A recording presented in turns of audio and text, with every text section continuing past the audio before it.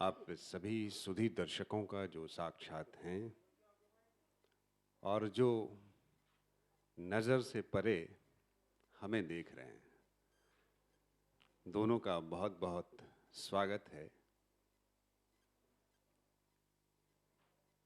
हम एक ऐसे दौर से गुजरते हुए उस मोड़ पर खड़े हैं जहां से चीज़ें अभी धुंधली दिखाई दे रही हैं।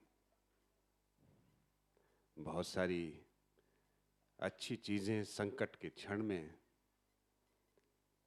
बचाने की ज़रूरत के तहत सहेज ली जाती हैं, देख ली जाती हैं। और इस महामारी के दौर में जो बेहतरीन चीज़ें मनुष्य की उपलब्धियां हैं, साहित्य और कलाएं, उन सबको सहेजने का काम पूरे विश्व में कलाकारों ने, कई व्यवस्थाओं ने भरपूर किया है। क्योंकि कलाएं हर संकट के दौर में नए रास्ते, नए संदर्भ, नए उम्मीदों के मुहाने खोलती हैं। वो क्योंकि कल्पना पर आधारित होती हैं और कल्पनाएं यथार्थ की ज़मीन से उपजते हैं और हमें कल्पनाओं को यथार्थ में लाने का एक रास्ता, एक चुनौती सामने रखते हैं कि अब इसे हासिल करो। कलाओं का काम यही है कि एक सुंदर सी अभिकल्पित चुनौती को सामने मनुष्य को सौंपना। और इसमें जो कलाकार महारथी हैं वो अपने पूरे जीवन भर इस संसार को, इस भवसागर को मथते रहते हैं, अपने अंतरंग में जमा करते हैं। ठीक उसी तरह जैसे समुद्र जो है विशाल होता है, लेकिन उसे मथा जाए तो रत्न कुछ ही मिलेंगे, थोड़ा सा ही अमृत मिलेगा, बाकी सारा खारा का खारा गरल मात्र है। तो ये अंतरंग में झांकना दरअसल किसी के उस जगत में झांकना है जहां उसने अपने अनुभव के हीरे, मोती, पन्ने, अमूल्य रत्न छिपा कर रखे हैं। और कई बार ये विलक्षण विभूतियां जिन्होंने अपने आप को साबित किया है, जिसे संसार ने, दुनिया ने, कलाओं ने माना है कि हमारे लिए ऐसी विभूतियां हैं जो हमारे सांस्कृतिक धरोहर के, जीवंत सांस्कृतिक धरोहर की चलती फिरती, जीती जागती मिसाल हैं। ऐसे हमारे पास हर कला, साहित्य और क्षेत्र में होते हैं जिन्हें हम देख करके उनका सानिध्य पाने की कोशिश करके हैं, उनके अंतर मन में झांकने की कोशिश करते हैं कि कहीं तो इस मनुष्य के अंदर उसकी कला की सफलता का राज होगा, कहीं तो मिलेगा वो एक छोटा सा टुकड़ा, शब्दों का टुकड़ा ही सही, जो शब्द में अभिव्यक्ति होती है, उसकी अभिव्यक्ति में कहीं हम वो सूत्र तलाश लेंगे जिससे एक कलाकार बेहतर, उम्दा कलाकार बना। कथक की ढेर सारी, कथक एक हमारी लंबी सांस्कृतिक परंपरा को विरासत के रूप में सहेजती हुई प्रदर्शन कला है, जिसमें हमारे जड़ों का, आप जड़ों को देख सकते हैं।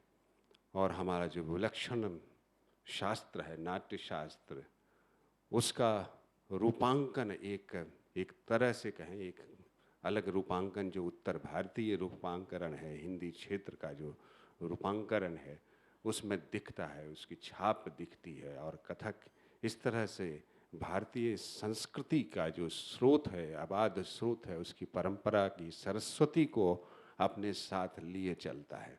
वो सरस्वती जब वो नृत्य करते हैं तो दिखती है, फिर गुम हो जाती है। गंगा जमुना की जो, गंगा जमुना तो दिख जाती हैं, उसके रंग भी दिख जाते हैं, फिजिकली भी दिख जाते हैं, लेकिन सरस्वती ऐसी है जो दिखती नहीं है, वो इंटेंजिबल, अमूर्त धरोहर की तरह हमारे साथ साथ अंतर्धारा में, अंतरंग में बहती रहती है। और विद्या ऐसी ही चीज़ है जो हमारे अंतरंग में छिपी रहती है। तो इस अंतरंग को सहेजने का काम बहुत महत्वपूर्ण है।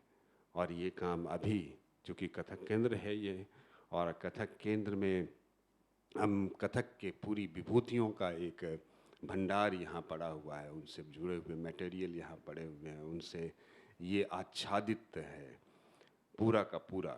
और ये छोटा मंच जो है ऐसे विलक्षण अनुभवों को समेटे हुए है। कभी इसको कोई वैज्ञानिक खोज लेगा तो वो हतप्रभ होगा कि कैसे एक छोटी सी जगह पर एक नर्तक जो है पूरे संसार के समस्त तालों को, समस्त गतिविधियों को, समस्त गतिचर्या को, अभिचर्या को जो है प्रस्तुत कर देता है। तो इस अंतरंग यानी कलाकार के बड़े बड़े इतने सारे व्यक्तित्व हैं, उसके अंतरंग को खंगालना एक बड़ी सी बात होती है। और शशि प्रभा तिवारी जी ये लगातार ऐसा काम करती रही हैं, लगातार लंबे समय से। ये दरअसल नृत्य ही नहीं, मंच के नृत्य पर जो नृत्य हो रहा है उसकी अद्भुत परिकल्पना के पीछे जो व्यक्ति है, उसके अंतरंग में जो छिपे चीज़ें हैं, उन सब को खोज कर सामने लाने का काम ये लगातार करती रही हैं और जोड़ती रही हैं, संग्रह करती रही हैं। और अब ये जा कर के अभी ये रे माधव पब्लिकेशन के माधव जी के सहयोग से ये काम हुआ है। और ऐसे ही हमारे बीच उपस्थित हैं, इस पुस्तक का एक लोकार्पण हम लोग करने जा रहे हैं। और ऐसे ही हमारे बीच उपस्थित हैं डॉक्टर सच्चिदानंद जोशी जी, जो देश में संस्कृति से जुड़ा हुआ, साहित्य से जुड़ा हुआ हर आदमी उनको बड़े आदर सम्मान के साथ देखता है, समझता है, सुनता है, गुणता भी है। तो ये हमारे बीच हैं इस पुस्तक का लोकार्पण करने के लिए आदरणीय डॉक्टर सच्चिदानंद जोशी जी। पत्रकारिता एवं जनसंचार शिक्षा के क्षेत्र में अपने लंबे अनुभव के साथ विभिन्न शैक्षणिक संस्थाओं में कार्य कर रहे हैं, उनके साथ जुड़े हुए हैं। कलात्मक क्षेत्रों में विशेष अभिरुचि के कारण जो है इन्होंने रंगमंच कहिए, टेलीविज़न कहिए, साहित्य कहिए, इन सभी क्षेत्रों में बेहद सक्रिय रहे हैं। और भोपाल आप जानते हैं ऐसा गढ़ रहा है जहाँ एक समय में भारत की पूरी कहें संस्कृति का सारा जो है स्रोत वहाँ जुड़ रहा था। वो हमारे लिए दुर्भाग्य है कि हम ऐसी चीज़ें बनाते हैं फिर उसे अपने हाल पर छोड़ देते हैं, जबकि होना ये चाहिए कि उसके विकसित हो करके उसके प्रतिरूप जो हैं फैलें, जो अच्छी चीज़ें बने हम उसके प्रतिरूप बनाएं। लेकिन खैर जो भी है हम सब इसके सहभागी हैं, हम सब के कारण ही ऐसा होता है। तो हमें खुद को भी सुधारना है और चीज़ें, ताकि ये मांग भी करनी है और ताकि ये चीज़ें और भी बने। पत्रकारिता एवं संचार के साथ साथ संप्रेषण कौशल, व्यक्तित्व विकास, लैंगिक समानता, सामाजिक सरोकार और समरसता चिंतन और लेखन के विषय में इन्होंने कई लेख लिखे हैं, व्याख्यान दिया है, जो आप विभिन्न चैनलों पर देख सकते हैं। अब तो चूंकि ऑनलाइन होता है तो ऑनलाइन छाए रहते हैं खूब से और दिन भर गतिविधियां, क्योंकि ये इनका काम है, क्योंकि इनके अंतरंग में झांकने की पता नहीं कितने लोग कोशिश करते हैं कि भाई इसके मन में क्या, इस विद्वान आदमी के मन में क्या है, इस मंच से भी सुन लें, इस मंच से भी जान लें। तो वो बड़ा लोभी हो करके इनको बुलाते रहते हैं। और ये कला मंडली ने भी इस लोभ का जो संधान किया, उनसे आग्रह किया और हम बहुत आभारी हैं कि उन्होंने इसे स्वीकारा। इनकी कविताएं, कहानियाँ, व्यंग, नाटक, टेलीविज़न धारावाहिक, यात्रा वृतांत, निबंध, कला समीक्षा, ये सभी विधाओं में जितने भी लेखन की विधाएं हैं। और इधर तो मैं देख रहा था एक छूट रहा है जो फेसबुक वगैरह पर यात्रा वृतांत भी, क्योंकि ये कमाल के डॉक्यूमेंटेशन का भी काम करते हैं। जब जाते हैं तुरंत उसको डॉक्यूमेंट करके कहीं रख देते हैं, ताकि जो भाव आ रहा है उसको बचा करके कहीं ऐसी जगह ना डालने की, खोजने के लिए उनको खुद ही ना मिले। या ऐसा होता है कि आप अपने अनुभवों को जो है लगातार अपने ब्लैक होल में डाल देते हैं, जहाँ से हमें खुद ही खोजना मुश्किल होता है। लेकिन ये इनका इतने सक्रिय रहते हैं, इनकी सक्रियता का हिसाब किताब क्या कहें। युवा लोग भी इतने सक्रिय ना हों जितना ये सुबह से उठते ही जो है ऐसा लगता है कि चल पड़ता है संसार और वो आगे आगे चरे बहती बढ़ते रहते हैं। ये कमाल की चीज़ है इनके साथ। मैं अब देखता हूँ, ऑब्जर्व करता हूँ, सुनता हूँ, तो ऐसा महसूस होता है। तो इनकी कहानियाँ जो हैं, सच्चिदानंद जोशी की लोकप्रिय कहानियाँ जो पुस्तक है, उसको खूब सराहा जा रहा है इन दिनों। और ये कमाल की बात है कि अपने कम उम्र में ही मैंने एक आदमी जो है कई सारी उपलब्धियां हासिल करता है, तो कहें तो 32 साल के थे तो विश्वविद्यालय के कुल सचिव बन गए, और 42वें वर्ष में एक विश्वविद्यालय का कुलपति होने का गौरव भी इनके पास है। हम इनका स्वागत करते हैं। देश में 2 पत्रकारिता एवं जनसंचार विद्यालयों की स्थापना से जुड़े होने का श्रेय इनको मिलता है, और भारतीय शिक्षण मंडल के राष्ट्रीय अध्यक्ष भी हैं, और संप्रति ये इंदिरा गांधी राष्ट्रीय कला केंद्र के सदस्य सचिव हैं। उनका हार्दिक स्वागत है। हम मंच पर इन सबको बुलाते हैं। शशि प्रभा जी, प्रकाशक माधव जी, इन सबको सचिव लेकर के आए, सचिव कला मंडली, और अध्यक्ष से मैं निवेदन करूंगा कि ये पहले उद्घाटन का काम भी कर ले और दीप प्रज्वलन का काम साथ साथ हो जाए, फिर हम बैठ जाएंगे वहाँ। तो अध्यक्ष महोदया स्मिता पराशर से निवेदन है कि वो भी आ जाएं यदि हैं तो। कला मंडली दरअसल महिलाओं की मंडली है जो हम सबको चलाती हैं।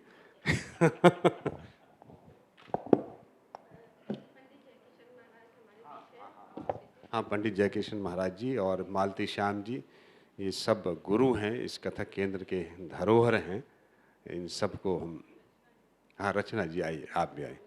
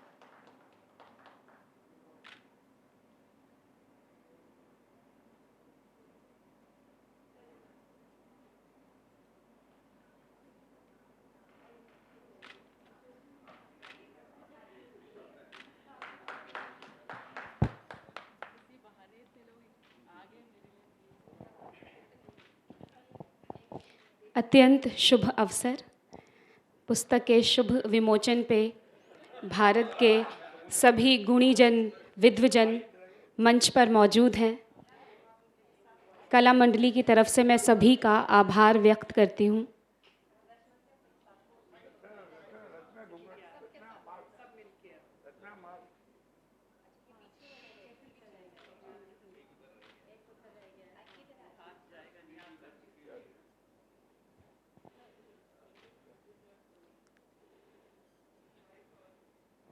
All beautiful women in a frame.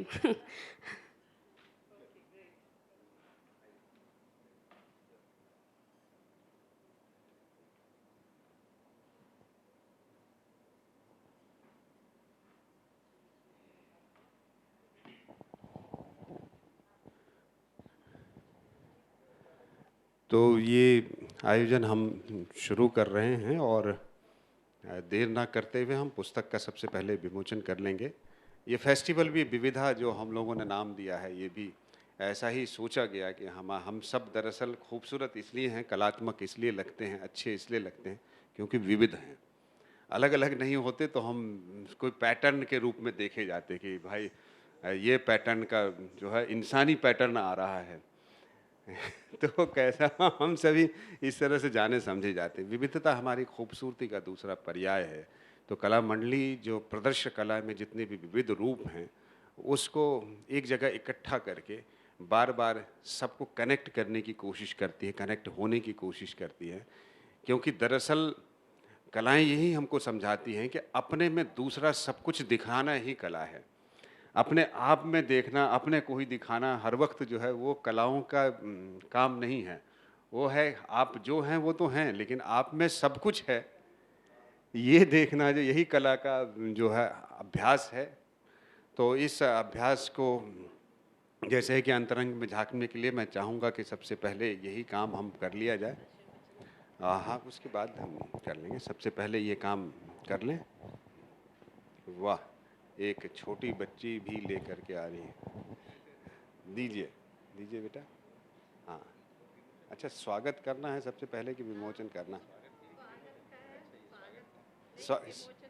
ये पहले स्वागत कर लीजिए आप। हाँ, वाह।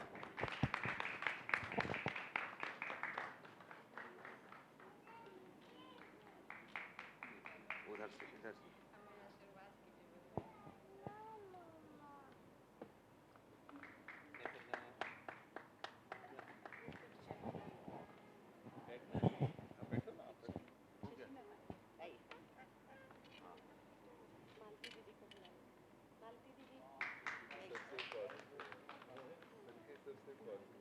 तो किताबें आप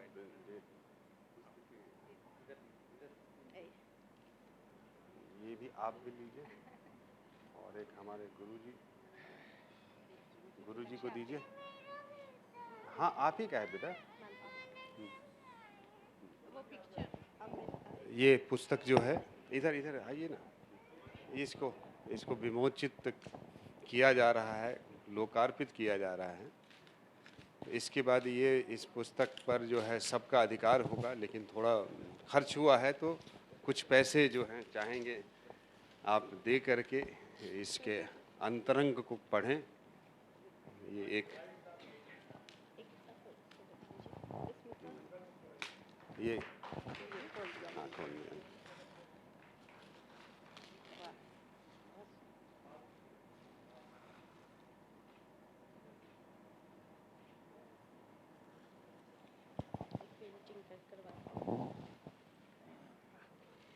हाथ में लेने में ही कितना अच्छा लगता है। बैठिए। बैठने की जगह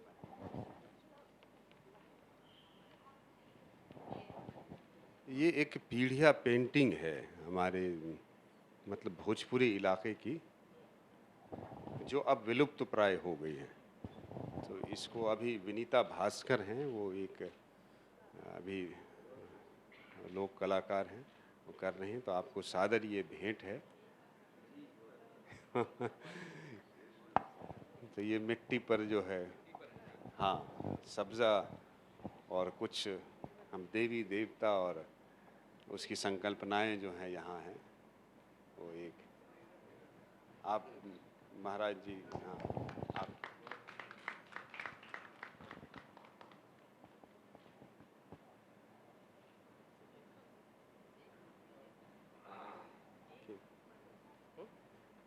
आप प्रकाशक को भी देना है, क्योंकि भाई बिना प्रकाशक आजकल गुम होते जा रहे हैं। वो दूसरे तरह से जो किताबें नहीं छापते हैं, जो वर्चुअली आपको दावा करते हैं हमने छाप दिया, ये भी एक तरीका है। लेकिन रे माधव जी लगातार और अच्छे ढंग से किताबों को छाप रहे हैं, लेखकों को, उनके शब्दों को बड़े अच्छे ढंग से पन्ने पर जो हैं रख रहे हैं। ये अच्छे प्रकाशक अभी माने जाते हैं खूब सारे, और ज़रूरी चीज़ें छाप रहे हैं वो, ये भी एक महत्वपूर्ण बात है। सो मैं सबसे पहले चाहूँगा कि आप हाँ, लेखिका के रूप में जो है शशि प्रभा तिवारी जी जो है पुस्तक के बारे में जो है थोड़ा हमें, उसके पन्ने अभी हमने नहीं खोले हैं, तो उसके पन्नों में क्या मिलेगा। बैठिए सर आप।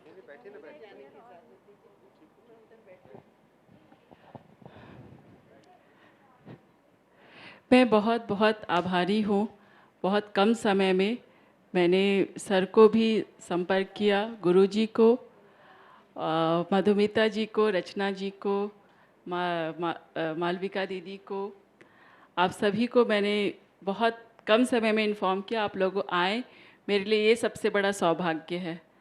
मुझे लगता है कि जीवन में हम कभी वो सोचते नहीं हैं जो होता है। एक अविरल धारा की तरह ज़िंदगी बहती रहती है और हम उसके साथ बहते रहते हैं। मैंने जब अपने कैरियर की शुरुआत की थी तो मैंने सोचा भी नहीं था कि किताब को मैं इस तरह से लिखूंगी और वो इस रूप में आएगा सबके सामने। लेकिन मुझे सभी कलाकारों का देश के उतना ही प्यार मिला है जितना मैं सोच भी नहीं सकती हूँ। और सबने जब भी मैंने फ़ोन किया या मैं उनसे मिलने के लिए बोली, वो तुरंत मुझे समय देते रहे और मैं उनके साथ बैठती हूँ, बात करती हूँ। उनकी यात्रा के बारे में तो बातचीत है ही, साथ में उनके जीवन से जुड़ी हुई चीज़ें भी, कि उनकी संघर्ष कैसा रहा, उन्होंने कोई त्यौहार कैसे मनाया, कोई यात्रा कैसे की, किस तरह से एक एक चीज़ को उन्होंने महसूस किया है, कैसे वो अपनी प्रस्तुति को डिज़ाइन करते हैं, वो सारी बातें मैंने कोशिश की है अलग अलग कलाकारों से अलग अलग विषय पे बात करना और उसको इसमें संकलित करने का प्रयास किया है। मुझे मेरी इस यात्रा में माधव जी का सहयोग भी अद्भुत रहा। हम ऐसे ही एक दिन बैठ के चर्चा कर रहे थे और उन्होंने कहा कि इसको हम किताब के रूप में क्यों ना पेश करें। मैंने कहा कि ये तो बहुत बड़ी सौभाग्य की बात होगी मेरे लिए तो ख़ास तौर पर। और फिर उनको मैंने अपना सारी